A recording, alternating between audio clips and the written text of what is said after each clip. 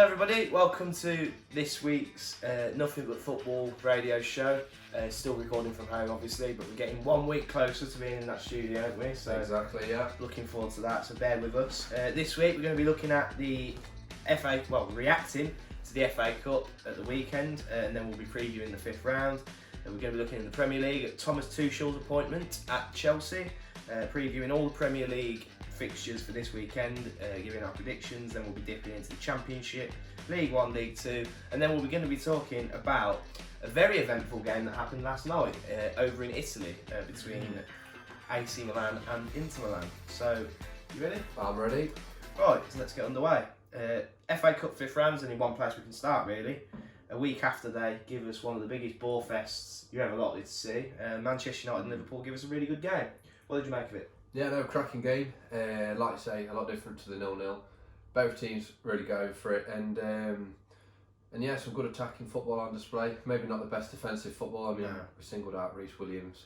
Well, I feel a bit better. Yeah, I mean, at the end of the day, we played for Kidderminster Harriers last year, and now he's been through no fault of his own, thrust into Liverpool's first team. Don't get me wrong, I don't think he's up to the level whatsoever, but he's only 19. Yeah, he's got years ahead of him, but really not the best game to throw him in at the deep end for, and it really didn't pay off for Liverpool in the end, did it? No, it didn't.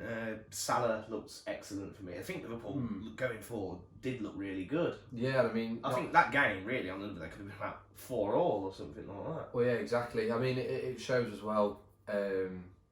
Sort of the power that United have in Fernandes. I mean, like I say, brought him off the bench. I mean, he doesn't really, in my opinion, he just has his moments. I mean, that free kick, fantastic free kick. I mean, Alisson, one of the best keepers in the world, and he's fooled him there. Fantastic free kick, and that cross to Cavani as well. Yeah. He just pulled it out of nowhere. And what a brilliant player to come off the bench and a game changer at that. Well, I'd say that Bruno. I don't know how to say it. He didn't have a point to prove as much, but in the league game, people were saying, "Oh, Bruno was anonymous." He was poor. He didn't do anything, and I think he needed a goal. That goal will do him the world of good, and can only be good for Manchester United and for Bruno.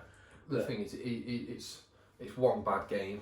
Yeah. I mean, the thing is, I don't think people compare him to Kevin De Bruyne. He's nothing like Kevin De Bruyne dictates a whole game, you know. Yeah. And he influences, whereas Bruno can come in and out. I mean, he'll do nothing for half an hour. Yeah. And then he'll pull a worldie out of nowhere, or a fantastic pass and get the assist. And I think that's where people need to stop comparing the two, because in my opinion, they're different players. Yeah, definitely. So yeah, a good game between Manchester United and Liverpool. Really enjoyable to watch. As I said, much better than the dross that they served up only a week ago before. So next is Southampton 1, Arsenal 0. We'll come on to the league game in a bit, so no need to touch upon that. But you know, is your domestic season really all but over now? Well, yeah. I mean, I said to you now, I wasn't too bothered. I was more bothered about the league game, really. I know it's probably a bit controversial, but I think it's probably one less cup to be in, less games to play, and like some of the injuries we've had recently. It's sort of nice to get out of the way, and I think the main focus for us this year now is the Europa League. Yeah, and I think like one less cup, it could benefit us, but it was, you could tell by the selection that Arteta put out that he wasn't going for it really. Yeah. Say a few players like Nketiah up top, Willian starting. So you can see why, and like I say, we'll come on to the game later, but it paid off for the league game. Yeah. But I mean, Southampton deserved it. They were the better team, and there's not really much more to say about it. It wasn't a brilliant game to watch. No. I don't know if you watched it, but I watched it with you. I mean, my mind is going. It's all these late nights. Yeah. So yeah, Arsenal will not be getting any further in the FA Cup this year. Finally, a different bloody name on the trophy, because in the past few years you seem to be. Seems to love the FA Cup. Next, we're going to be focusing on Chorley versus Wolves. Wolves getting through in the end, but what an effort from Chorley, really. Well, yeah, I mean, no chances to win the game, like I say. Shame we're not going to be hearing any Adele. No. But like I say, like a massive advert for non-league football. I didn't think Wolves, the goal is fantastic. Unbelievable. Yeah. Goal. Super. And I mean that's the difference, isn't it? I mean they can pull that out of the bag. I mean, yeah. Vitinha, what a finish from him, and yeah, unlucky for Charlie. But in the end, it's just the Premier League prowess coming in. Pretty much. I think you've summed that up there. Like you said, a valiant, really good effort from Chorley. I can't speak highly enough of how they played. I think they really did themselves proud. I think, and again, on another day against another team, maybe they might have pulled the result out, but who knows. And then final FA Cup game we're going to be focusing on. Again, we talk about valiant efforts. You know, we spoke about Chorley. This could even trump it, I suppose. Cheltenham Town against Manchester City, taking the lead, going 1-0 up, and if it weren't for Manchester City being, ridiculous going forwards, probably winning. Yeah, well, like I say, it's a brilliant goal from him as well, from the long throw in. Great finish from Alfie May. But I think it sort of showed in the end, didn't it, Man City? I mean, it was nice to watch, but once they got that equaliser, I think it was a given that Manchester City were going to win. I think you just see the difference. You see the players that can bring off of the bench and make the difference. It's just I thought Phil Foden had a good game. I can't speak highly enough of Phil Foden. I think he's a fantastic footballer. I think he's probably our, England. We talk about having talents on our hands. He's by far the best in my opinion. For me, he easily gets into the Euro squad. But how old is he? 90? Is it 19? 20. So I think he's 20 now. Overall, what a player we've got on our hands for not just the Euros, but for a good 10 years, really. I suppose. Well, in my opinion, I think in the current Premier League, I don't know what team he wouldn't get in. I don't. So I just think he just shows that age doesn't matter. It's all about the ability, and he's got plenty of it. And I mean, look, he got thrown into England. England team scored twice against Iceland, wasn't it? Yeah. And just he's a joy to watch, really. One thing I will say about Manchester City, and one thing I really do like, is that Manchester City, I know it's easy to say when they've got players in every position, but I think Pep Guardiola and Manchester City and the Manchester City fans handled the occasion against Cheltenham absolutely spot on. I think Pep showed Cheltenham terrific respect by putting a very good team out. Yeah, I do like to see that. And I think Manchester City fans raised, is it 20 grand or something for Cheltenham? For Cheltenham to survive whilst, well, obviously what they would have got in gate receipts, they didn't. I think Manchester City have really, really covered themselves in glory. Yeah, no, it is nice to see. And like I say about putting a good team out, I do like to see that, because I think you've got to get the rotation players in, which they did. Zach Steffen in there. There was that young lad at right back. Howard. Yeah, Howard Bellis, something like that. So it's nice. It's a good mixture, and like I say, it'd be a good experience. So I mean, Alfie May will probably be going on about that for the rest of his life. Putting Cheltenham 1-0 up, and they're having a fantastic season. Yeah, in the they league are as well. So we'll speak about League Two in a bit. It did show. So, but tip to any Premier League team is, if you want to score a goal against Manchester City, get someone who can get along through. He was very good, actually. I think Towser, was it? Towser. You think he got BBC's man of the match? Yeah, well, you'll see. Rory Delap will be coming back into fashion. Yeah, definitely. He must have been watching that. Because I think, was it one of Rory Delap's sons playing? Yeah. Rory Delap's son playing. What's his name? Liam. Is it Liam Delap? Did he come on? I think he was on the bench. I know he plays for City. We'll have to check that out. But no, like I say, it's an old school tactic, but obviously worked for them on the day. And it might show that Manchester City are a bit vulnerable for stuff like that. Yeah, well, they didn't. You've got to remember the back two that they had. I think now this season it's sort of cemented as Diaz and Stones in the league, which is weird thinking back to how good Laporte has been. But yeah, I don't mean Eric Garcia was at the back there. I mean, I'm not a massive fan personally of Eric Garcia as a centre half. I don't know where I've got that from, because Liam Delap wasn't in the squad. He definitely plays for them. He does play for them. He plays for them. I got him mixed up with Doyle, that was it. He started, didn't he? Yeah. Mix up there. So, 5th round of the FA Cup. Any ties that, obviously Arsenal aren't in it, you can sit back and watch it as a neutral now. Yeah. Any ties that particularly take your fancy? Of think that'll be a good game? I think the one that we if we'd have beat obviously Southampton, the Wolves Southampton game, I think that'd be a good game to watch. I mean, it always is when there's two Premier League sides. Leicester Brighton, I think that'll be a very good one. Yeah. I don't think it'd be an easy one for Leicester, but you tipped them as one of your favourites to win. Well, I do think Leicester will win the FA Cup, and I think they've got a brilliant opportunity to.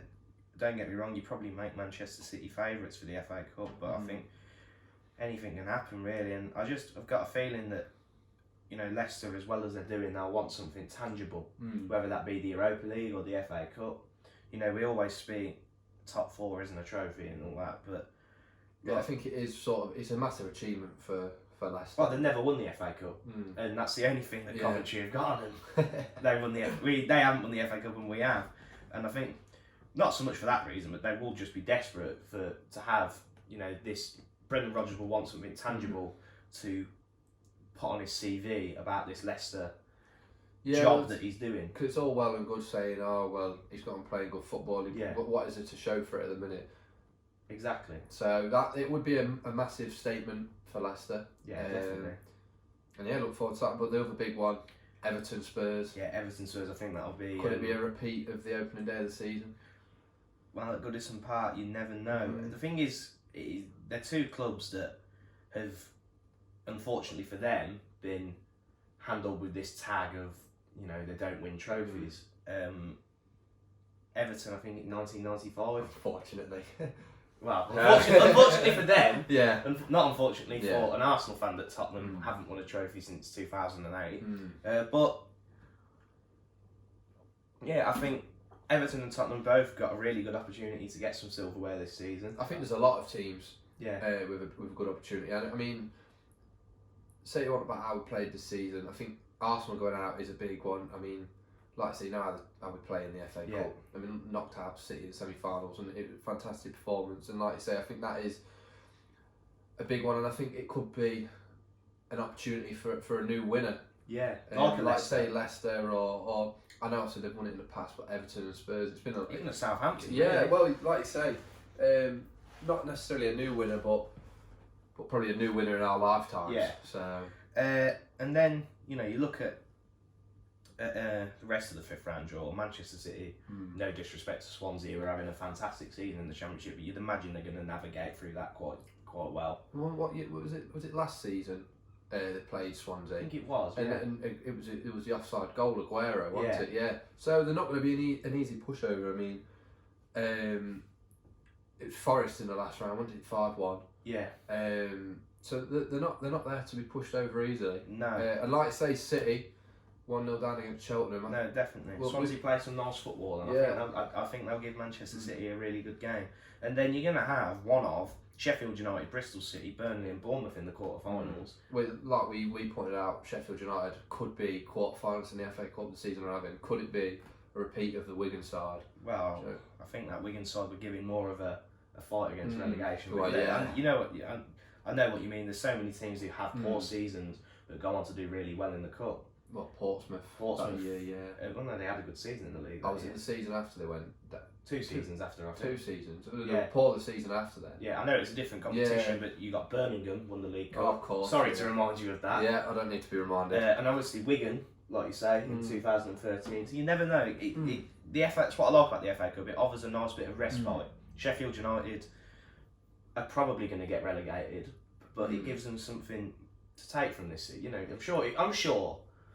And I could be wrong. If you offered a Sheffield United fan, you're going to get relegated, but you're going to win the FA Cup. Oh, surely they'd take it. To win the FA Cup. I mean, if they'd be in Europe. Is that still a rule? Yeah, it's all because I know if a team in the top 4 or top, well, the European places wins it, then it goes that the extra place goes down in the table, doesn't it? Yeah, so.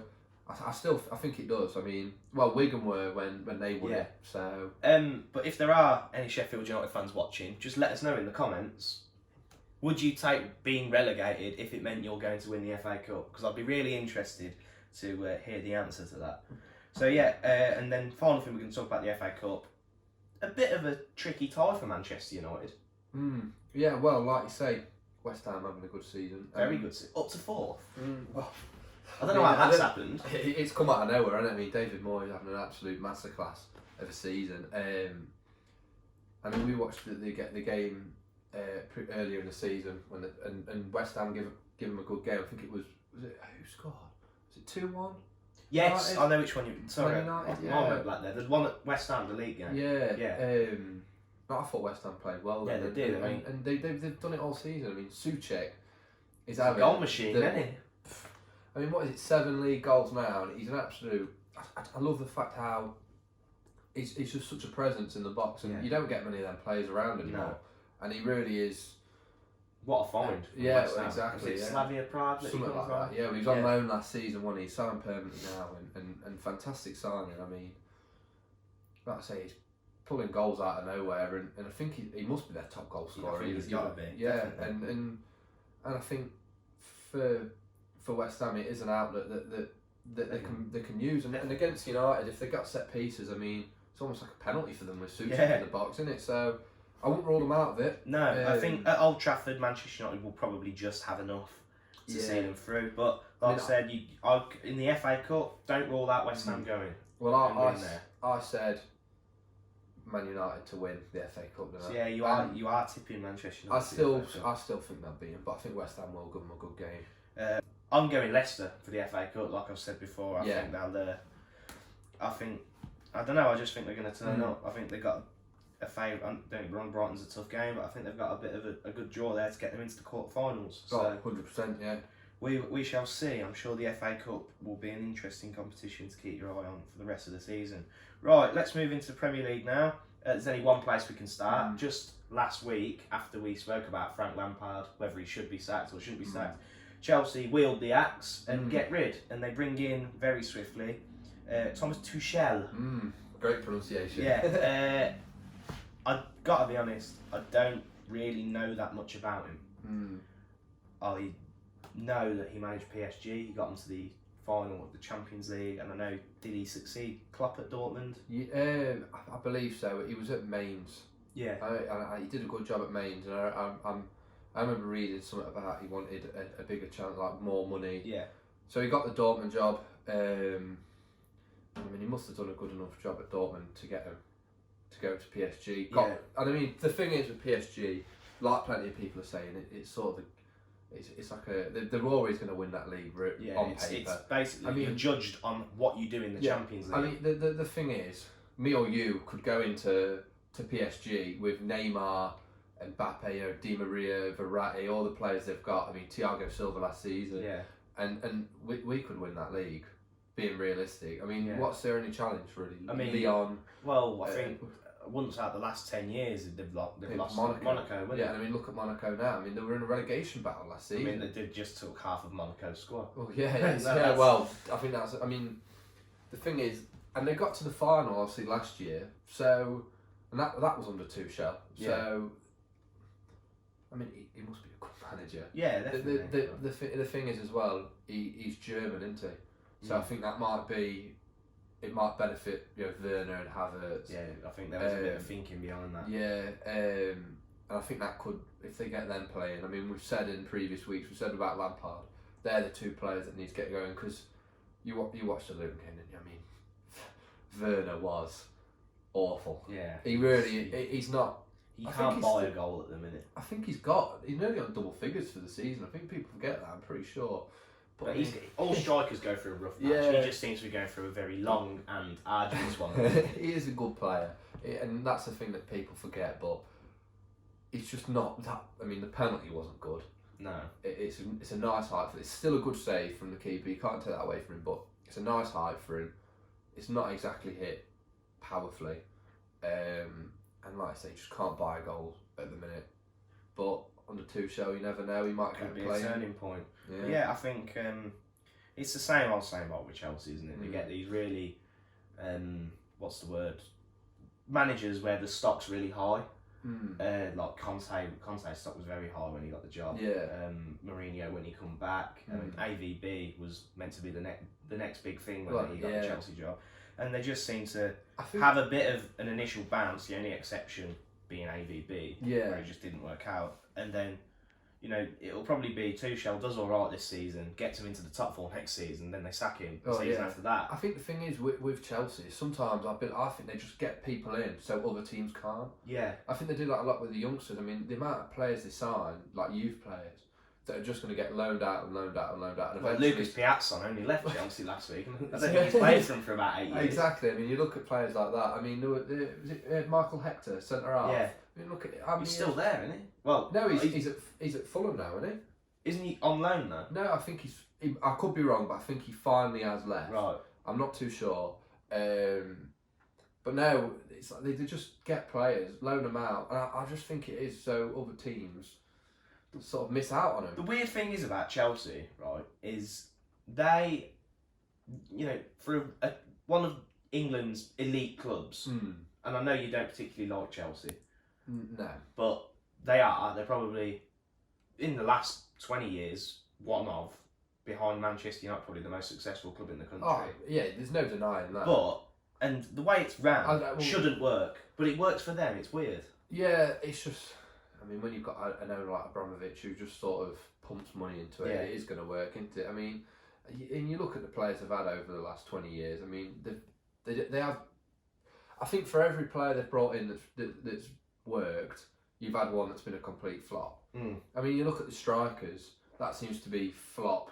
I mean, you look back, Torres, Andrei Shevchenko, Morata. But then you look at the players that have worked out up top. Drogba, Diego Costa. Yeah. I mean, for every brilliant player there is, you're going to get a flop, aren't you? Oh no, definitely. When you bring in when you have the turnaround of players that Chelsea do, you're bound to have a few bad eggs. That's just natural. But then you look at it's like when they raided Leicester. You got Kante. You look how brilliantly Kante's done, and then you compare it to Drinkwater, who's well, I mean that's a whole different story. Oh God, that was terrible. That was terrible. That is awful. Right, I won't do that again. I mean, you look at like I say, you could have a whole episode on Drinkwater and how his career's gone down. Yeah, it's been a weird one. Maybe he was just being carried by Kante. Who knows? Yeah. Moving on. What's on next? We're going to be talking about Burnley because since we last recorded an episode, Burnley have gone to Anfield and won. Who saw that coming? Don't get me wrong, Liverpool haven't been playing well, but you'd never have said Burnley would go there and win. Ashley Barnes scoring a winner as well. I mean, it is unbelievable, really. I mean, how many? It was since 2017 when Benteke scoring twice, I believe. And you look at it, I mean, it is just prime Burnley. It is. I mean, definitely. Sean Dyche, masterclass. I mean, like I say, had an awful start to the season. People thinking, is this Burnley's year? And they win at the Emirates, they win at Anfield. I mean, like I say, they could be quarter-finalists in the FA Cup. I mean, how much have they turned this season around? It's unbelievable. Well, they won at Anfield. The last two games before that, they were quite unlucky, if you ask me. Well, Man United. Man United especially. And apparently they went and gave a really good account of themselves at West Ham. So, yeah, Burnley, you have to... we say so many times whenever we talk about Burnley, Sean Dyche, but it's just hard not to speak about Sean Dyche when you speak about Burnley. And what annoys me is Sean Dyche, he's got this reputation for being a bit of amongst football purists and top six fans that he's a dinosaur who plays really boring football. Yet, if this is going to sound controversial, if Sean Dyche was Spanish or Italian and he played football like that and got a result, it'd be called a tactical masterclass. Yeah, I mean, it's hard to say. I mean, I can see where you're coming from, but I do think that some of his football is old school. Well, it is old school football, but I mean, it works for him. So why complain? I mean, if it works for them, no, exactly. They're not gonna change and turn into tiki taka, are they? No, but what I'm saying is right. Jose Mourinho for Tottenham plays defensive football. Yeah. If he'd have gone the other week, if Jose Mourinho would have gone to Anfield, it would have been, oh my God, Jose Mourinho, what a masterclass. unbelievable, right? And then, don't get me wrong, Mourinho is a better manager than Dyche, but when Dyche goes there and gets a win, it's typical part of the bus. I think Brexit ball Burnley. I mean, you look at Spurs as well. I mean, they've got Son and Kane. Yeah. And I mean, I knew of Chris Wood and Ashley Barnes. I mean, you compare the two. I mean, I think Sean Dyche. Well, I mean, you can't say he's done a fantastic job. Done an amazing job. When they stuck by him when they got relegated, and they kept him on. I mean, that is just sort of that is what you want to see in football, really. I mean, I hope Sheffield United do the same with Chris Wilder because I do think he's a good manager. I mean, last season you don't do that by fluke. I just think he's had a bad season. They've been unlucky at times, but like I say, it's worked for Burnley. I mean, people saying it's going to be their last season and thought it was finally it. I mean, how wrong. I think Burnley have built upon everything. I mean, it's only Burnley that could do it, really. Yeah. I mean, they've got Phil Barsley on the bench. Exactly. I mean, who would have thought when he left Stoke he'd have got another team? No, especially a Premier League team. I mean, some of the players they've signed over the years that have worked for him. Question: if you were Sean Dyche, right, put yourself in Sean Dyche's shoes. God. When do you call it a day and say, I can't take Burnley any further, I want a new challenge? The thing is, who would take Sean Dyche on? I don't know who'd take him on. You wouldn't know who'd take Sean Dyche on. I could name numerous clubs who'd take Sean Dyche on. But who would he do a better job at? Palace, West Ham. I don't know. I think West Ham. No, not West Ham. Well, not with David Moyes. Yeah. Alright, West Ham at the start of the season. Yeah. Alright. Took him. Alright. I think Palace. Brighton. I know it's completely different. I think Graham Potter's a brilliant manager. Yeah, but I think I don't know. It's a hard one. The thing is, I think Newcastle would have him. Yeah, to be fair, Newcastle is a good one. Yeah. But I don't know. I wouldn't take it. I mean, Sean Dyche. He's a Burnley legend now. Sure. Yeah. I mean, I think he'll just carry it on. I mean, he got him in Europe the other season, so he can build upon it. I mean, if you can get, I don't know what Burnley need though, really, because I think they've got a good back line and it works for them. I think, like I say it time and time again, Tarkowski is a fantastic defender. Nick Pope is a fantastic goalkeeper. But I mean, who would be the player sort of to take Burnley to the next level? Well, they tried to do that when they got Stephen Defoe in, didn't they? Yeah, and it didn't really work. He was good, but he was just made of glass. What it sounds like. But yeah, they've just been took over, Burnley, haven't they? Yeah. So you never know in the next few transfer windows. That could. Well, I'm waiting to see the YouTube video that links Mbappe to Burnley, and that'll be when they're taking it to the next level. So yeah, Burnley, just being Burnley, and that's all we can say about that. Right, let's preview this weekend's Premier League action and give our predictions, starting with in fact, no, we won't do that. We've got some games to talk about last night, which I completely forgot about. So we haven't spoke about the return of the FA Cup fixture. Yeah, there we go. Let's talk about. Sorry, we record these episodes on a Wednesday, so there's still some games to be played tonight. And then we've got Spurs Liverpool tomorrow. So when you watch this, you'll know the result, but we won't. We won't have a clue. Yeah. No. So we'll talk about last night's action. Yeah. Like you said, avenging your FA Cup defeat. I thought you played really well. Yeah. No, it was, and it was promising because I think a lot of this season we've gone down the left side with Tierney, and with him being out, albeit hopefully a small injury. Cedric going at left back. I mean, I wasn't. Say that though, Cedric more than. I was just about to say. In my opinion, I thought he was man of the match. I think Saka getting the goal and the assist, he's got man of the match, and he did have a brilliant game. I thought that ball for Saka for Lacazette's got a fantastic ping, and playing out of position, it's just sort of typified how everything's gone down our left side, and we can play without Tierney. Yeah. But no, I thought it was a fantastic result, and I thought when Lacazette missed that one-on-one early on, it was going to be one of them nights. Yeah, it's not going to end well, but it was nice to see Pepe having a Arsenal good game. a few weeks ago would have lost that about 2 or 3-0. Oh yeah, 100%. I mean, going 1-0 down, I think that would have been the end of the game after 3 minutes. But I mean, it shows we've got a bit of resilience, a bit of fight in us, and Pepe scoring. I think it's a massive. Well, could be. I'm not going to say he's going to become the best. No, I know, but like you say, how many false dawns have there been with Pepe? Yeah, I know. Every time he seems to score a goal, it's like, this could be the turning point. Yeah, I mean, at Old Trafford. And I do think there's a player in there. I really do. There is. It's just circumstances, isn't it? And we wouldn't pay 72 million for him if we didn't see the player in it. But when do you draw the line? Yeah, when do you wash your hands of it? Yeah, he's not the man. But if he keeps on playing like he did last night, well, I think you've got a really good player on your hand. You know that run that he went on. Oh, unbelievable. Yeah, I mean he's got that in him, but he needs the confidence. But he's going to be with Aubameyang. We don't know how long he's out for. He's going to be in the team for quite a while, so hopefully can have a few more of them performances. Yeah, and definitely. maybe like push on the table. Fingers crossed.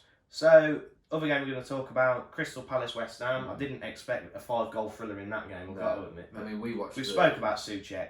Yeah, I mean, it's and Craig Dawson chipping in with a goal as well. Palace, a lot of discontent around Roy Hodgson at the minute. What do you make of that? Well, I thought he was doing a good job. At the start of the season, they were playing quite well. They beat United, and now it's been poor as of late. I mean, obviously you look back to December, the 7-0, which I even said I didn't think they played too bad in the first half, but to lose any game 7-0, it's not a great reflection on the club, is it? And you look now, they've lost 4-0 last week against Man City. 3-2 in. I know West Ham having a good season, but surely that you've got to get a result there. Yeah, it is, and you've got to get a result there. And I mean, where are they in the table now? Let's have a look. They're now 13th in table. I mean, you put it in perspective, they are 11 points clear. Fulham have 2 games in hand. I mean, realistically, they're not going to get relegated. Are Fulham going to win those 2 games in hand? You know, I don't know who they're against, but yeah, the chance. No, Palace won't go down. But do you think it's at the point now where we spoke? Has Sean Dyche, has Roy Hodgson taken Palace as far as he can take them? He stabilised them in the Premier League. Yeah, I think the thing is, like we always say, without Zaha, they're not much. If you were a Palace fan, would you take Frank Lampard? I'm not sure I would. I think it'd be a risk, and they tried it with De Boer. Yeah, but and I don't think they did De Boer long enough. I mean, he tried to change the whole philosophy of the club. What did he get? 10 games? Obviously, not even that. He got sacked after 4. Was it? Yeah. Was that it? Shortest reign of any Premier League manager. I know. Well, he got no results, did he? I mean, but to change the whole philosophy of a football club, 4 games, you've got to take more of a risk than that. I mean, the football he tried to get him to play wasn't. It was nice football. I mean, you're not gonna. He's got to have a couple of winders. But no, I don't think Frank Lampard. I think you look at the teams he's had, Chelsea and Derby. They're both very good squads. I don't know what he could do. It'd be a massive risk. And do you know what? If I was a Palace fan, I'd be happy to take that risk. I really would. Roy Hodgson, to his credit, has stabilised them in the Premier League. They've got a good group of players. Obviously Zaha. I really like what's the centre half name? Riedervold. That's it. Yeah, he's a good player. Very good on the ball. Klein looks to have really got back to somewhat of his former self since he went back. And obviously we've spoken about Eze before on this show. I think they've got a good squad, and I think really good attacking talent, and I think Lampard would fit it like a glove. Yeah, I'm going to throw one in there. Eddie Howe's still without a job. Well, yeah. He'd be fantastic for Palace. Definitely. I think the main thing that Palace have done is keep Zaha this many years. Yeah. I don't know how they've done it. But if they could get a manager like Eddie Howe, because Roy Hodgson, realistically, I mean, he's in his 70s now. Yeah. He's not got that many years left. No. But I don't think he's going to be one. I think he'll see the season out, and I think they'll part company. I hope they don't sack him, because he has done a good job for them, and he is a good manager. I hope it's by mutual agreement. Because I mean, he's not going to be one playing late into his 70s.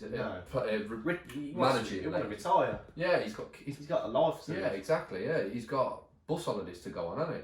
Bus holidays. He's got. Poor old Roy. But no, I know what you're saying. Yeah. His days are limited. in football management, obviously. So yeah, I think And Palace need to start planning for the future. Exactly, yeah. I mean, a young manager like Eddie Howe, whether they could bring him in or not, I mean, that's the question. I don't see why not. Yeah. But there we go. We'll see. The game that we watched every kickoff, other than the Arsenal game, was Newcastle Leeds. Look, we've spoken about Newcastle numerous amount of times on this show, so we won't touch upon them very much. Leeds needed a win, got one. But I think it was a massive improvement for Newcastle. First half was the same. But St Maximin. Bring in St Maximin. I could talk about him more. He's just fantastic. The second half, I think Newcastle did go for it. In fairness, probably the best I've seen them play. I mean, I've seen a stat. They had, I can't remember the exact stat, but they had 3 more shots in that game than they'd had in the past 7 seconds. I think I saw it, but I can't remember it. Yeah, remember it bang on. But yeah, like I said, second half Newcastle probably the best I've seen them play in a few weeks. That being said, I think it's too little, too late. And for me, at the end and in the post-match press conference, I think Steve Bruce looks like a broken man. But yeah, we'll see what happens with Newcastle. We've spoke about Newcastle enough and how poor they've been this season. But yeah, bringing St Maximin on really did change the game. And good to see Almiron get on the score sheet, because that's something he's struggled with since he come in 2019. 2019. Yeah. That was it. And then West Brom Man City. We said it was going to be a one-sided game, 5-0. I said 3, you said 3. I didn't expect 5. I thought West Brom would give more of a fight, but I don't. There's not much to say. That games like that ain't going to make or break West Brom's season. They've got a few big games coming up. The one thing to touch upon is, I know we spoke about it, is their defensive record under Sam Allardyce. I mean, it's got worse. Yeah. I mean, that's the only worry for him. No, but again, a 5-0 can happen against Manchester City. Well, for any and Manchester City will want to avenge that point that West Brom suffered from at the Etihad as well. Definitely. So, yeah. Let's go on to this weekend's Premier League fixtures. We'll fly through these just in case we run out of time. We'll start off with Arsenal, who host Manchester United. Yep. Talk us through it. Well, I mean, 2 teams in form. A complete contrast to the battle at Old Trafford. Yeah. 2 teams that in awful form. And I mean, what game it was for us. Fingers crossed, Partey just come off with cramp last night because we need him playing. And I think it has the potential to be a really good game. I think it'll be a really good game. I'm going to say this with a little bit of bias, but I think we're going to do the double over him and take 6 points off him for the season.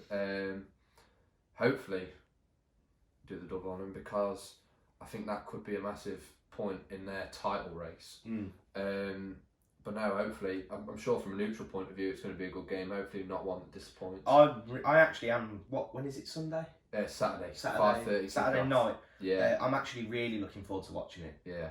Like you said, 2 teams who had, let's be honest, woeful spells this season, and 2 teams who, Man United have clawed their way back to the top of the league, and you're pushing yourself back up the table Exactly. now. Yeah. But do you know what? I think you're right. I think you're going to win. I hope so. My score prediction, I'm going to go 2-0 to Arsenal. I'm going to say 2-1. And do you know what? I'm going to throw another one in there. I'm going to say Pepe to score. Right. Continue his fantastic performance last night. I might put a scorecast on. West Ham, Liverpool. Liverpool's struggles recently, well documented, and I don't think a trip to West Ham is what they need at the minute. Yeah. I like to say West Ham above Liverpool in the table. I don't know how that's happened. No. That probably shows that if anything epitomises the last year that we've lived, West Ham being above Liverpool in the Premier League table halfway through might just be that. West Ham in a Champions League spot. I mean, you never would have thought it. David Moyes taking the Hammers on a European tour. I never thought of that sentence. I know, you never in a million years. But I think do you know what? You can't put West Ham out of it. I mean, on paper, even in the poor form Liverpool have had, they're favourites 100%. But I mean, who knows what's going to happen? I mean, you can't predict any game this season, really, can you? The thing is, this is difficult for us because we don't know how Liverpool have got on Thursday. Yeah, and I mean, if they pull a result out of the bag against Spurs and they build upon that, I think it could be an easy win for Liverpool. But it's just, I think, who they have at centre half, I think if they have Reece Williams again, I mean, poor lad. We're giving him some harsh stick. I mean, he's younger than us. Yeah. Playing for Liverpool. I mean, he's doing a lot more than we're doing. But I think they need to loan him out again. They can't keep playing him. I think Henderson fit in better. And like we mentioned earlier, Souček on corners and set pieces. I think that's going to be, if they can get some perfect deliveries into Souček, which they have been doing this season, then I think they could nick it. Yeah. So your score prediction? All saying that, I'm going to go for Liverpool win, but not by much. I'm going to go 2-1. 2-1. Like I said earlier, we don't know how Tottenham got on Liverpool got on at Tottenham on Thursday. If they've won there, then this prediction might just be thrown out the window. But I'm going to go 2-2. 2-2, yeah. Not a bad shout. Leicester versus Leeds, I think, again, that'll be a really good game. Two really nice sides to watch. Yeah. I think, like I said, Leeds, I mean, everyone's saying they're playing nice football. At times, not getting the results, though, are they? It's all being well, playing nice football and it looking nice, but it's about getting results. And as of late, I mean, since Karen Kearney had that comment and they took the mick out. I mean, that's another debate for another day, which we're not going to get into on the show. Especially when you're in the equation. But I think it'd be a good game, but I think it's got Leicester written all over it, in my opinion. I mean, like I say, they could prove me wrong. I've been watching them last night. I didn't think they were anything special last night, personally. Leeds? Yeah. Leeds, we saw a side to Leeds last night that we haven't seen this season, which was they were under the cosh for a large amount of the game and they ground out a result. I mean, the thing is, though, it's Newcastle in awful form. Yeah. And they've had to grind out a result. You can only beat what's in front of you, though. Yeah, I know. But I think it's all been well saying how well they've been playing. But Newcastle at times were by far the better team, in my opinion. Yeah, but that's what I'm saying. Yeah, I know they're on the back foot. Not something they've done this season, and they've got a result. I think that'll give them a bit of confidence. That being said, I do think Leicester will win. I'm going to go only 1-0 to Leicester. I'm going to throw it out there, 3-1 Leicester. Right, okay. Spurs with a trip to Brighton next. This is a game that I think Brighton won 3-0 last year. Yeah, Aaron Connolly, wasn't it? Yeah. It was a game that Reece got injured, if I'm correct. Oh, was it where he went to... He did his elbow. Yeah, that was it. And then Brighton went to Spurs earlier in the season, gave them a really good game. I think Spurs have got a potential banana skin on their hands here. Yeah. Like we say again, we don't know what's happened Thursday. Yeah. I think, depending on what happened, I think if Liverpool shake them up a bit, then I think be rattled. I think either way, it's a must win for them. I mean, they've got a couple of games in hand on the top four, and they'll be wanting to win them. I mean, their main aim this season is probably they'll be wanting to win a trophy, League Cup or FA Cup. I mean, they've got a massive chance. Or Europa League. Forget about Europe. Well, imagine the North London derby final. God, I don't even want to think. It makes me feel sick thinking of it because that would be the worst. I mean, I can guarantee it'd go on to penalties as well, and I think I would die. But like I say, Brighton, no easy pushover. No. And I mean, as of late, getting a few results. Big result against Leeds. Yeah. And yeah, I won't put it past them to get a result. But all saying that, I mean, it's pointless because I do think Spurs are going to win, and it pains me to back Spurs win. But I'm going to say 2-0. I'll go 2-1 Spurs. I don't think it's going to be anything exciting. I think it's going to be a classic Mourinho. Yeah. Counter-attacking game. And I think it'll be similar to the Sheffield United game. Yeah. Nothing special, but I mean, with a player, you've got to to credit how well is Ndombele playing at the minute. Yeah, I mean, he is playing fantastic. I mean, he was a good goal against Wickham. Wickham. That one, Sheffield United. Christ, yeah, I mean, yes, I mean, absolutely. Yeah. So no look, chip, fantastic. Yeah, and a decent finish against Wickham. I mean, it's only Wickham, but like I said earlier, you play what's in front of you. Yeah. So yeah, I'm sticking with 2-0. Yep, 2-1 for me. Again, a meeting at Stamford Bridge between the two teams that we spoke about quite in depth. Chelsea and Burnley. God, yeah. I'm not sure whether he's taking charge of the game tonight. I'm not sure tonight, but he'll be there by Sunday, won't he? Well, I'm sure he'll be watching at the stadium in some capacity tonight. If he's not taking charge of the game, he could be. I'm not sure, but we'll call it Thomas Tuchel's first proper game in charge. Yeah. Because he's only got the job yesterday, Tuesday for those who are watching. Against Burnley, look, we spoke about Burnley. They could get a result here, but I think Chelsea are going to win 2-0. I mean, like you say, Burnley got the result at the Emirates at Anfield. Could they do it again? I think they're going to have the new manager bounce, so aren't they, Chelsea? I'm going to say, what did you say, 2-0? 2-0. You can get the same. No. I'm going to go 2-1. You think Burnley are going to score? Well, you know, Will they go 1-0 up? No, I'm going to go 1-0 Chelsea, 1-1 Burnley. Give them a bit of a scare, and then Chelsea come. And I'm going to give Werner a goal. You're going to give Werner a goal? I might. Do you know what? Scorecast. I'm going to stick it on. Right. Okay. I'll hold you to that. Next game we're going to talk about the current table toppers, Manchester City, at home to Sheffield United. Top versus bottom. What can we say, really? I mean, on paper it's a walkover. Win, yeah.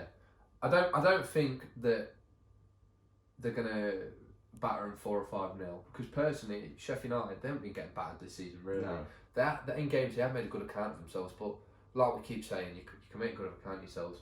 Don't get your points. No. It's grinding out the results, and that's not what they've been doing. So I am going to stick with the Man City win, but I'm going to say 2-0. Nothing too spectacular. Yeah. Sheffield United's second trip to Manchester in a handful of days, because they've got United tonight. If by hook or crook they get a result at Old Trafford tonight, you never know. But I mean, they played well last time out against Man United. But I don't think they will. Yeah. I'll go 3-0 Man City. I was going to say 2-0, but being as you've said it, I'll up it one. You can stick 2-0 if you want. No, I'll go 3. I'll Alright. say Man City will turn it on a little bit. Early kick-off on Saturday. Things not getting any easier for Newcastle at all. They've got Everton away, which could be a really tough afternoon for them. Do you know what? I think if You are not saying Newcastle are going to get a result. I Go on, throw that curveball so out there. Go on. this could result in egg in my face, but if St Maximin is fit enough to start, then I think that they can, because Everton on a good run of form, Newcastle on an awful run of form. I think it's just going to be that game that Newcastle pull out a result. I mean, we all remember the 2-2. Yeah. You know, the 95th and 97th Yeah. minute. And I think Newcastle, I think, like I say, we watched yesterday's game, St Maximin coming on, made a massive difference. I think if they can have him on for at least a full 90 or the majority of the game, then I think they're going to pull out a result out of the bag, personally. I just think, like I said, Everton in such good form, Newcastle in such poor form, 2-1 Newcastle. Right, that's a bold prediction. Very bold. As far as I'm saying, I don't give Newcastle a hope in hell. I think Everton will win 2 or 3-0. I'll go 2-0. But I mean, you're going for the God, my mind's just gone blank. the what? What's the word? I'll just move on. I can't remember the word. Well, yeah, but 3-0 and 2-1 Newcastle. 2-0. 2-0. I'm saying 2-1 Newcastle. No, Stick with it. a really good game this is going to be. Southampton Villa. Yeah, and Southampton, as of late, in league. Not in the Form. greatest form. Yeah, well. Villa on really good form. Yeah, well, on paper, obviously, they beat Liverpool start of this year, but lost to Leicester, and then obviously to us Tuesday night. But Villa in good form, but you obviously watched the game against City, and have you seen they've brought in the rule after the game, haven't they? Which is madness. But this year they've only won one game in 2021. Obviously they had the COVID games missed out. I don't think it's going to be an easy game for Villa. I think it's two sides, like I say, both been playing well this season. So exceeded expectations, should we say? I'm gonna go for the 2-2. 2-2. I'm happy to back a draw as well. I'm going to go 1-1. Yeah, I think it'll be a draw. I think 2021 on paper results probably haven't gone, obviously barring Southampton's win against Liverpool, they probably haven't gone as well as they were on the back end of last season. Yeah. But they both have been playing well in those periods. So 2-2. Palace Wolves, not really a lot you can say about this one. No. I don't think it's going to be two teams who are not really in the best run of form. No. Wolves, can they take confidence from their win in the FA Cup? And Palace, I don't really know. We've spoken about Palace enough. Yeah. I think it's going to be a bit of a. I won't say it's going to be boring, but I don't think it's going to be really exciting. Let's put it that way. I think I'm going to stick a 0-0 in there. 1-0 Wolves. 1-0 I'm Wolves. going, yeah. That's it. All to be said about that one. Not much. You backed Wolves the other week and they lost at home to West Brom. So who knows? I'm sure any Wolves fans watching will be dreading the fact that you've backed them. Then we'll go final game. Actually, a really big game down the bottom. West Brom at home to Fulham. Seriously. What a game. What a game. Yeah, I'm so gutted that Sky Sports box office isn't running anymore, because I'd have definitely paid £15 to watch West Brom versus Fulham. No, on paper it is a massive game and a must win for both sides. So-called 6-pointer. Must win for West Brom more than Fulham though. Well, I don't know. I think it's as much a must win for both. I mean, Fulham win, they could potentially go 2 points behind Brighton if results go their way. Yeah. Well, we're missing out the midweek games. Either way, it must win for both teams. Like I say, I think if West Brom lose, I think that's them down personally. I think that's too much of a challenge, even for someone like Big Sam. And I think if Fulham win, I mean they won the reverse fixture. Fulham, was it 1-0? Yes, it was the first win of the season. So yeah, I'm going to stick with Fulham again. Score? 1-0. 1-0 Fulham. I'm going to stick my third successive draw in there. I'm going to go 1-1. 1-1, yeah, not a bad shot. I mean, it's a hard one to pick, really. Yeah, it is. I think it'll be one of them ones where both teams don't want to lose more than to win. Definitely. I think losing this game could be fatal for either one of West Brom or Fulham.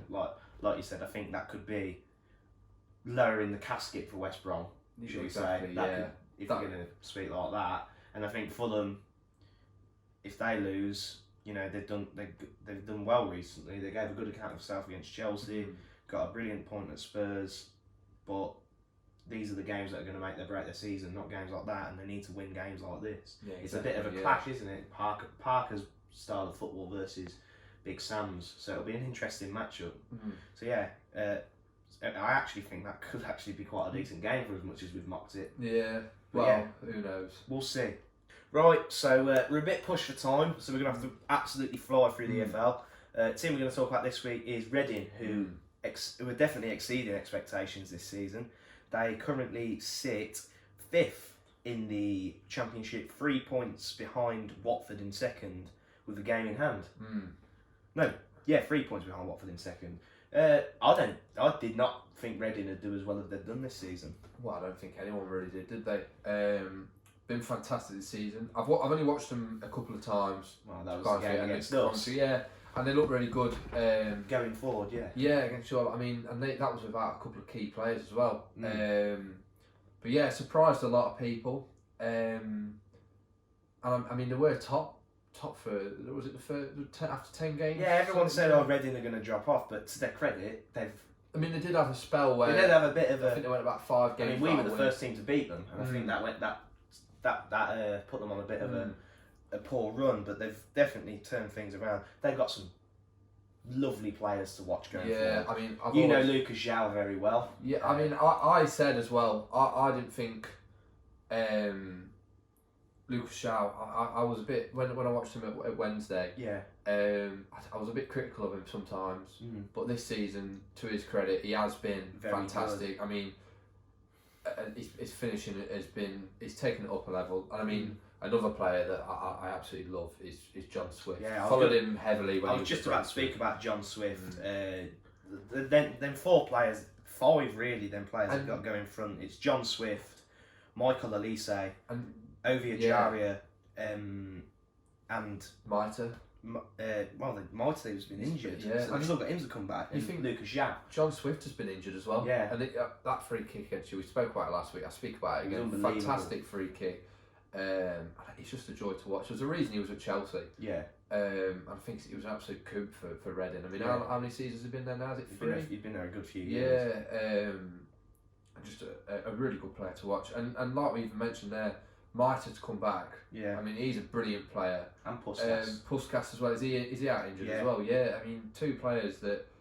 I mean, when we mentioned against your lot, I thought they were going to be 2 players missing. Yeah. I thought that would have been. It could have turned the tie in your favour, but to their credit, I mean, they got on with it and got a good win.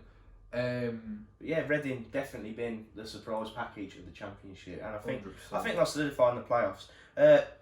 Big Mick is back in English football. He is. Cardiff, who got into the playoffs last season, but they've had a bit of a poor campaign. Definitely one that they'd expected better. Neil Harris out, Mick McCarthy back, very quickly. Just a very safe pair of hands in the Championship. Yeah, I mean, I've seen a lot of Cardiff fans are not too pleased. I don't think. No. It's not really a step forward. No. In my opinion, I think he'll keep him safe. But I mean, like I say, the playoffs last season, they'll be wanting to be back up there again straight away. Really. I mean, you have to look at what Mick McCarthy's done in the Championship. With Ipswich, I mean, Ipswich, he got them in the playoffs on a shoestring budget. You only have to look at how bad things have gone for Ipswich since Mick McCarthy left. We're actually going to talk about Ipswich in a second. And then he got Wolves promoted as league champions. Exactly. Yeah. I mean, he's got a good track record. I mean, whether he's the man to get them up. No, but I think he's the man to steady the ship. We'll say steady the ship. I mean, I think one of the most disappointing. We'll just before we quickly move on, the loss against Forest in the FA Cup. Yeah. I mean, that is like. We touched on Forest how poor they've been, especially. I mean, the battering from Swansea in the next round. I mean, that'd be disappointing for him. But hopefully, Mick McCarthy, the man to turn it around. Yeah, very quickly because I do it every week. We'll touch on us. Massive game for us tonight. Yeah, massive game for you, especially personally. Sheffield Wednesday. Well, yeah, I made a bit of an idiot of myself. Alfie's friend is a massive Wednesdayite, and I got very drunk the other night and said, well, got a 20 quid wager with him, so I could be 20 quid down tonight if Sheffield Wednesday comes to St Andrews and turn us over. But I mean, I think this is the most I've looked forward to a game that's I don't have any ties to either team for in years. I mean, it's like watching Champions League final for me, really. Because one of your mates is going to be 20 quid down. Unless it's a draw. Unless it's a draw, which, let's be honest, the chances are it probably could be. Yeah, because we can't buy a goal at the minute. But then again, Sheffield Wednesday have actually been in really good form. Neil Thompson's come in on a temporary basis and he got some good results. And he gave a very good account of themselves at Everton at the weekend, apparently. So I'm not that confident, but I think if we need a bounce back after the Reading game last week, and I think we will. Right, so let's dip into League One. We're going to be talking about quite a poignant gap. Well, I don't know what the word to describe it is. For Wimbledon, it's quite poignant because they are playing Milton Keynes Dons, which I think you live under. You either don't follow lower league football or you live under a bit of a rock if you don't know the animosity between AFC Wimbledon and MK Dons. Well, I mean, I think the thing is with MK Dons, it's sort of hatred from. I mean, a lot of football fans don't like MK Dons. They are, as you call it, a plastic club, and like sort of in Germany, the likes of Red Bull Leipzig, and I think the first meeting at Wimbledon's brand new ground, which was actually their old ground years ago, Plough Lane. It's just such a shame that Wimbledon fans can't be there. I think it is. It is, and I think it's going to be. It's going to be a tough game for Wimbledon. I mean, MK Dons sort of picking it up recently, and Wimbledon just getting worse. And like you say, sad that the fans can't be there. But to be honest, if it's going sort of the way that the football's going at the minute, they probably won't want to be there. Yeah, I think touching on MK Dons, you have to credit Russell Martin. He come in after Paul Tisdale left. They had a poor start. You know, we saw with Sam Ricketts at Shrewsbury that they could have, wielded the axe on a young manager, but they've stuck with Russell Martin and it looks like it's paying off. And sorry, carry on. I'm quite happy for Russell Martin because he seems like a really good. Well, he was a decent centre half and he seems like a really good bloke. So I think credit to MK Dons for holding the nerve and sticking with a young manager. Well, exactly, Then Ipswich Town is a team that we're going to talk about. We just spoke about Ipswich and how bad things have gone since Mick McCarthy left. Yeah. They currently sit 10th in League One, which They've is... had... I could be wrong. Ipswich started quite well, I believe. They were in and around the playoffs. Yeah, I'm sure they were. It was top exactly the for a same bit. as last season. They were top. I'm sure they were top after after the first 7 games. And Ipswich did exactly the same last season. They started off really well. Everyone was saying, "Oh, Ipswich are going to absolutely walk this league." Of course, we all know we went and won the league last year instead. Yeah. But they're currently 10th, 5 points outside the playoffs. That's a big club to be struggling in League One, isn't it? I know 10th is struggling for Ipswich. I mean, I'm just looking here at the last 5 results. They've won 2 of the last 5, both against Burton. Really? I mean, that sort of says something, doesn't it? I mean, no disrespect to Burton, but they're having they're probably nailed on to go down this season. I mean, it's a good sign in bringing Jimmy Floyd back. Yeah. And I think we touched on it last week. Sort of want to build upon for next season and probably get him promoted back. And build his team around him, but it sort of says something for Ipswich if that's their only 2 wins. I mean, it's not good. It is a big club to be struggling with, and 10th is struggling for Ipswich. That is a big club to be. Well, I think struggling in League One. Yeah, a lot of probably younger fans as well would realise. I mean, they were Premier League, and they've won a European Cup. I mean, they are a big team. European UEFA Cup. Yeah, they won a European trophy. Yeah. That's what I meant. Yeah, I mean, it's hard to know what they're all called nowadays, isn't it? So, but no, I can't believe I can believe Paul Lambert hasn't been sacked yet because they gave him a massive 5-year contract and shock horror, they probably can't afford to pay it off. But yeah, I think really worrying time to be an Ipswich Town fan. Dip into League Two, we're going to be talking about Tranmere Rovers, who are a team who had an awful start to the season. They sacked their manager. I know you're going to laugh at this, Michael Jackson. Michael Jackson. He was called Michael Jackson. Well, you know... They sacked Michael... We'll call him Mike Jackson because I know you're going to laugh every time I mention. They sacked Mike Jackson, brought in Keith Hill, who's just very... couldn't beat it. That's terrible. So they brought in Keith Hill, who's a very steady set of hands in League One, League Two. It didn't quite work out at Bolton, but is he? I mean, you'll know. Is he with Dave Flitcroft? I'm not sure. Yeah. I know that them two are best mates. Yeah, I didn't know if he took him with him. I'm not sure. I think Flitcroft's focusing on his own managerial career, isn't he? But I know we went to Bolton with him. Yeah. But I'm not sure about Tranmere. I know that's what I was saying. I didn't know if he'd come from Tranmere. Tranmere currently on the periphery of the playoffs. Quite a good turnaround and a big job that Keith Hill has done there. Like you said, you only have to look at the job he did with Rochdale on a shoestring budget to get them up into League One. To see how good of a manager he is at that level. Yeah, and like I say, on paper they've got some brilliant players. I mean, James Vaughan. Yeah, very strong. Fantastic, and especially for that level. But yeah, no, Tranmere, they've got some good players in their squad. They've got James Vaughan up front, who's a proven bagsman at that level. Yeah, fantastic. Kane Woolery, Liam Feeney, Jay Spearing. Got to mention Otis Khan. Emmanuel Montfey, who's an absolute man mountain. Like he's unbelievable. He give Akinfenwa a run for his money. He's massive. And he's a really good centre half. And Sid Nelson, who was quite promising at Millwall back in the day. Yeah, like I say, fantastic team on paper and a good set of hands. Yeah. So I think Tranmere could make a run at the playoffs. Right, we're going to be talking about last night. For those who don't follow foreign football, there was quite a game over in Italy. Yeah. Inter Milan beating AC Milan in the Coppa. I don't think it was the Coppa Italia. Yeah, it was. Yeah, in the quarterfinals as well. And quite the game, apparently. Yeah, I mean, like I say, we missed it for our game and the Newcastle Leeds game, but I mean, I think on paper it had Inter Milan all over it. I mean, I know AC Milan were top of the league. Not sure if they still are, but I think on paper Inter Milan's still got a better squad and it showed. And the main talking point was, I mean, it's probably overshadowed Eriksen's fantastic 97-minute free kick. Wasn't it? But beautiful. No one's talking about it. It's all about the Ibra and Lukaku argument and what was said. Well, I think Mr. Ibrahimovic, there was a few expletives said to Lukaku, and it's not gone down very well. No. Well, it's ended up in Lukaku's favour. I mean, Ibra's ended up getting sent off. His team has lost. But I mean, you're not a fan of Mr. Ibrahimovic, are you? Look, don't get me wrong. He's a fantastic footballer and has been consistently for Years. But you might want to get the bleep machine out. I just think he's a twat.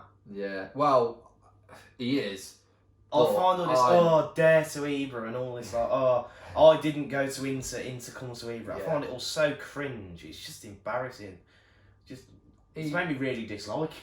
I mean, I love him. I mean, if you know me, I do not read books. I have read Didn't realise you could read. To be I fair. know. I don't read many books, and I've read his biography, and it's fantastic. I mean, he's just to see what little he's come from as well, and how successful he is. I think he does that, and he has given himself the right to be arrogant. He has done it everywhere he's gone. He is a fantastic. And he's footballer. 38. Yeah. Is he now?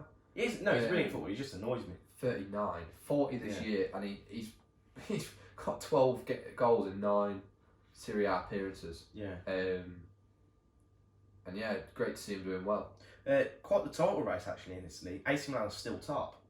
Yeah. He goes AC Milan into Roma and Juventus down in 4th. I think it's nice to see Juventus struggling. A bit different, isn't it? Yeah, it's always nice to see. I mean, when I was younger, I used to follow the foreign football so much, but the sort of past 5 years, I've sort of slowed down on it. Because it is getting boring. I mean, you've got the same teams winning the league every year, so it's nice to see. You've got Atletico top of Spain. I was about to say that. I mean, buying AC back at the top. Buying a top in the Bundesliga, but there are teams, and there's teams that, like, I know Mönchengladbach had a good season, Leverkusen, Leipzig. So yeah, it's nice to see other teams at the top, and who would have thought Milan at the top after the season last season? Yeah, I think Inter Milan was more expected. Yeah. But AC Milan, they're fantastic, and I think they are overachieving with the team they've got, in my opinion. Yeah. Definitely. I mean, like I say, Ibrahimovic, fantastic striker, but I mean, Jeff Hendrick was going to go there at the start of the season, wasn't he? Yeah, I mean, you look at that, but one player I will pick out from AC Milan is Çalhanoğlu. Yeah. I've got my specialist, isn't it? pronunciation right.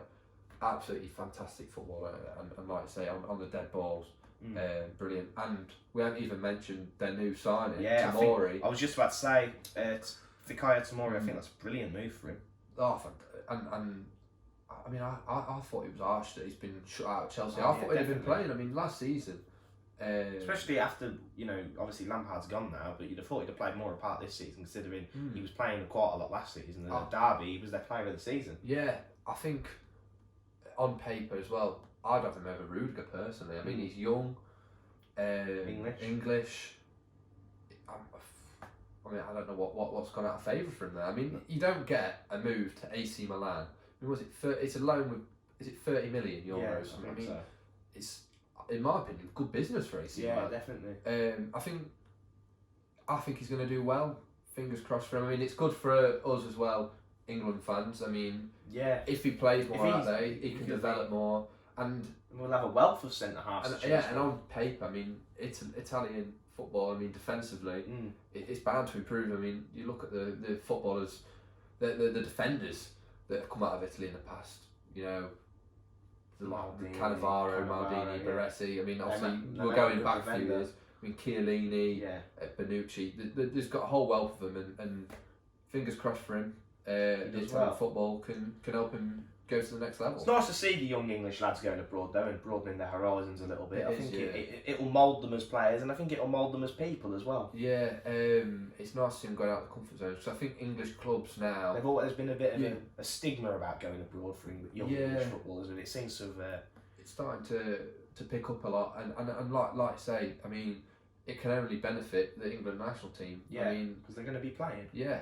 Well, exactly. Yeah, I mean, look over the years how little have gone abroad. I mean, David Beckham, Michael Owen, going abroad. Woodgate. Yeah, I mean, look at that. But it's like, well, how often does it happen? I mean, it's nice to see it happening more frequently. Yeah. And hopefully, it benefits us for the national team. Definitely. I'll do the outro now. I think you do it. No, I'll introduce Andy Campbell. Oh shit. Yeah. I'll just off the top of my head. Right, I can end this bit out, obviously. So we got. And anyway, moving on. Our interview. Do that again because I spoke over you. Right, get it. Anyway, that's enough for Serie A and Italian football. We're going to move over to our interview of the week and our newest guest, our newest friend of the show. Newest friend of the show, yeah. Yeah. This week we have got a retired footballer, but especially well known in the Teesside area. He used to play for Borough, Cardiff, Bolton, Whitby Sheffield Town, United. yeah, Whitby. just to name a few, yeah. Can't leave Whitby out. I mean, we're not going to ruin it, but we'll mention which goal. I mean, the goal against Man United. Yeah. I mean, it's ex-Borough player Andy Campbell. The full interview should be going out on Sunday. So yeah, here's a short clip of the interview. Teaser. Make sure you watch the whole thing. And a massive thanks. It's gone. We've got to say, it's gone down so well. Yeah. The Ben Pringle Part 1 and Part 2 interview. It's really, really gone down well. We've been taken aback by how well it did yesterday. I mean, like I said, we added a lot more from the James Coppinger interview. Yeah. Which was brilliant experience, and we've added in a couple of things that we're gonna keep, I think, for the interviews. Yeah. So yeah, massive thank you for the support on that. Let's hope we can achieve the same on this, because I think it is a really interesting interview from a really interesting man. Yeah. So yeah, here's a clip of it. Enjoy. In 2002, you moved to Cardiff, who at the time were playing at Ninian Park. Now I went to Ninian Park, and as an away fan, it was intimidating. What was it like to play there? Intimidating. It was scary. Listen, it's not a nice place to go and play football. It's very old school. The pitch is on a slope. The fans are very hostile, even for the home players. But it keeps you on edge. It keeps you going. And I don't think I've ever come across one opposing supporter, one opposing player manager who enjoys or has enjoyed going to Ninian Park. Even if we've won, there's something's happened after the game. If it's the abuse they've got going back on the bus, if it's the abuse they've been getting during the game, and it shows the care sometimes, you know, and it's a kind of reputation which has kept Cardiff City with a bit of success, really. You know that when I went there, I knew the supporters were passionate. I knew they were hostile. I knew, obviously, I watched the Leeds game on the TV because I was supposed to sign the following week, so it was something for me to watch, and I've never seen an atmosphere like it. And I thought, you know what, if they can generate that for the rest of the season, then we're on to a good one. We'll get promoted, and accumulated. Obviously, we didn't do Stoke City and stuff, but yeah, it was. There's been a very few and far between atmospheres that I've seen in Ninian Park. You know, the Leeds game, which I watched on TV, which everyone says was the best atmosphere there. But you spoke earlier about the Stoke City game in the playoffs. You know what I mean? That I think we were about 40 seconds away from getting to Wembley or getting the playoff final, and James O'Connor scored a free kick, and it was just, listen, I've never witnessed anything like it. After the game, it was probably like a war zone. You know what I mean? It was just, but that's because people were emotionally drained, high. You know what I mean? It was just, it wasn't a very nice place to be that night. Did you ever play against Swansea there? Yeah, but not in a league game, because Swansea, and this isn't me rubbing it in, by the way. Swansea weren't in a great position football-wise. They were at the bottom of the pyramid. They nearly went out of business. I think that year I signed, but at the time, the Welsh Cup was quite a big cup. It put teams into Europe, so we played them in their quarter-final once in Ninian Park, and it was full. You know what I mean? It was like a nothing game, but it was absolutely, it was a sellout. It was quite regimental. You know what I mean? The amount of police, I've never seen the amount of police at a football match in all my entire life. You know what I mean? Police were right up to the touchline. You know what I mean? When you're taking a corner, when you're running, you know what I mean? As a centre forward, run the channel, the police were just there. It was just fluorescent yellow jackets everywhere. It was quite scary, really. But because Cardiff won, it was probably the best outcome for everybody. Yeah. Whilst at Cardiff, you did secure promotion to the Championship with a win over QPR in the playoff finals, with you scoring the only goal to decide it. Have you ever had to buy a drink in Cardiff ever again after that? No, it's funny, you know, that I've been back. I've probably been back about 10 times since. You know what I mean? It was 17 years ago, and I remember we went out on the Tuesday. It was a Sunday game. We went out on the Tuesday. None of the players, we had to buy a drink all day. You know, we went out on the drink at 12 o'clock after training, because we'd all been in with doing stuff, and none of us had to buy a drink all night. You know what I mean? It was such a good time, and every time I go back, it's just amazing. I went back the time they got promoted against Ipswich a couple of years ago with Neil Warnock, and one of my friends asked me to go and meet him in Costa on the morning of the game. So I got in the car, early morning, drove to meet him and went across and nobody there. And I'm thinking, what's going on? So he rang me, he said, I've had to change it. There's a few people who want to meet you. And drove down the road about half a mile and there was about 2,000 people outside this pub. And I pulled over, the police were there. And I just said, if there's anywhere where I can park my car. And he said, oh, sorry, jump out. I'll get in. I'll just sit in it while you're in there. And I'm thinking, what's going on here? You know what I mean? Like, it's the most like surreal thing in the world. So I'm thinking, is this a joke? Is he a real policeman? You know what I mean? So he jumped in my car, sat outside the pub while I went in and met me. I thought I was just meeting my friend for a coffee and I had a bit of a chit chat. But went in there was just this was 8 o'clock in the morning, by the way. In Cardiff, we're kicking off at 3. And there was the fans who must have been in there about 2.5 hours. They were half cut. They'd had a good time singing songs, just enjoying themselves. And it's just nice to be remembered for something that you've done. You know, listen, there's one thing that I always did when I played is that's to run around and tried. You know, I was never meant to, never portrayed myself to be a technically very good player. You know what I mean? There were certain things that I wasn't very good at, but the one thing I did is run around, and that's what Cardiff fans really bought into. And then when you can score a goal on a big occasion, you get held in quite high esteem. And people said after the game, they'll never forget. And you think, yeah, good one. They're just saying that, you know, I've just left, you know, they always say that, to make you feel better. But no, they've never forgot. It's probably more famous now, 17, 18 years down the line than it was back in 2003. A massive thank you to Andy for the interview. But that's all we've got time for in today's show. Like we said at the start, another week closer to getting back in the studios. It's looking like March now. We've had a bit of confirmation. Nothing set in stone, but I mean, it just depends on the confident. Just if Boris pulls his finger out and lets us back in. Let us back in the studio, Boris. Fingers crossed, because we need it. But like we say, we'll be back again next week. Thank you for listening. Yeah, thank you so much for listening. Thanks for all your support. And make sure you carry on the support with the latest interview. Fingers crossed, we'll have another interview for the show next week. But like I say, it's goodbye from me. It's goodbye from me. Thank you for listening, and we'll catch you next week.